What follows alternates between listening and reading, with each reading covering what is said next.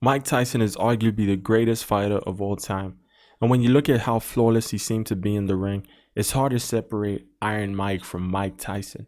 This reminds me of why Christianity is so heavily against idolatry. Why would you attribute God's characteristics to a mere mortal? You might be thinking to yourself, I only appreciate Mike for what he does inside the ring. I could care less about his political views or what he had for breakfast. But this is a lie we tell ourselves every day. I mean, you have boundaries, right? And once people cross those boundaries, it affects your relationships with them, right? Every single person on this planet has some sort of moral standard they live by, some stricter than others, but similar for the most part. But that just isn't good enough.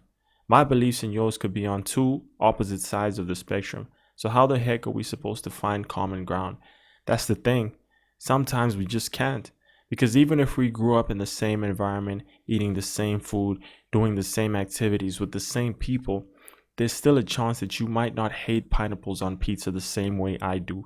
And contrary to conventional beliefs, I don't think that's something that should always be celebrated. Sometimes a thorough understanding of uniqueness can help you empathize more. Because when I heard about how Mike spent his $600 million in earnings throughout his boxing career, it made me realize just how unique Mike is. But regarding his spending habits, I would never celebrate his uniqueness to say the least.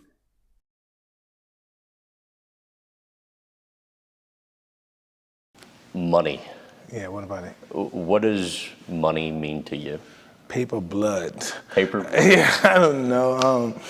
It's just I don't know. It's just I don't know. I never look at it that way.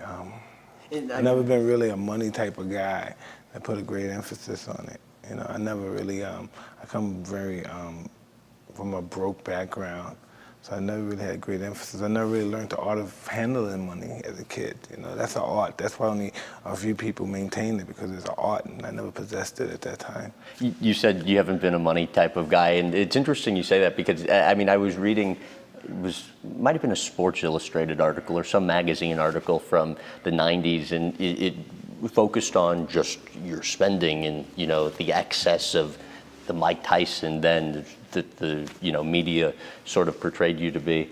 And it said, and I just want to read through some of these figures, during the 33 months after you got out of prison, 4.5 million on automobiles and motorcycles, gave automobiles to 15 women and 2 men, once crashed your Rolls Royce and told cops to keep it, spent $240,000 monthly in just walking around money, nearly $100,000 a month on jewelry and clothing, more than $400,000 on pigeons and cats, $300,000 on lawn care, a house with 38 bathrooms. To what extent did it almost seem, or did you think that just the money would never run out? I don't know. That's just how I live my life. You know, when I was living my life back then, that's just my. Wow, that's even hard. When you mention things, wow, that's even hard. I don't even fathom that. I don't even think I'm that kind of guy. I don't even look ever considering having money like that anymore. I mean, does that seem like a lot to you now, and it didn't then, or? That's just what's my ex-life. That's just how I live my life. That's my addictive personality. You know what I mean? That's a lot of things. That's my ego. That's so many other things. That's stems from pretty much, you know. For me being poor, never having anything. For me being bitter, angry for being in prison. It stems from a lot of things. And that addictive personality, how much do you think that's helped you to achieve great things like you have in boxing, and how much do you think it's hurt? It's a twin sword. Depends on whatever that addictive personality is focused on. I don't know, you know. If I'm interested in destroying myself, I'm great. If I'm interested in exalting myself, that's good too, you know. With regards to money, you've gone from being fabulously wealthy to at one point basically losing it all. What has the peaks and valleys of that allowed you to learn about money? I was interested in art and possessing it. I just was a young kid having fun. What do you consider a lot of money to be? I don't know, $1,000.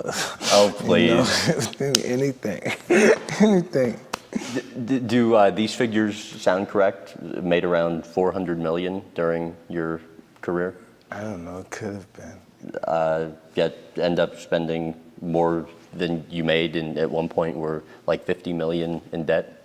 Yeah, that was amazing too. But How does that happen? just being reckless and young and foolish and stuff, and really not caring. I empathize with Mike to a certain extent because I grew up in a much more hospitable environment than he did. I didn't get abandoned by my father. I didn't become an orphan at the age of 16. I didn't have to fight Evander Holyfield, and the list goes on. Now, this doesn't mean that we shouldn't hold him accountable for his actions, because somewhere out there there's a boy who had it even harder than Mike and still overcame adversity, at an earlier stage, that is. But factoring in all these variables is a better way to find the solution than just judging.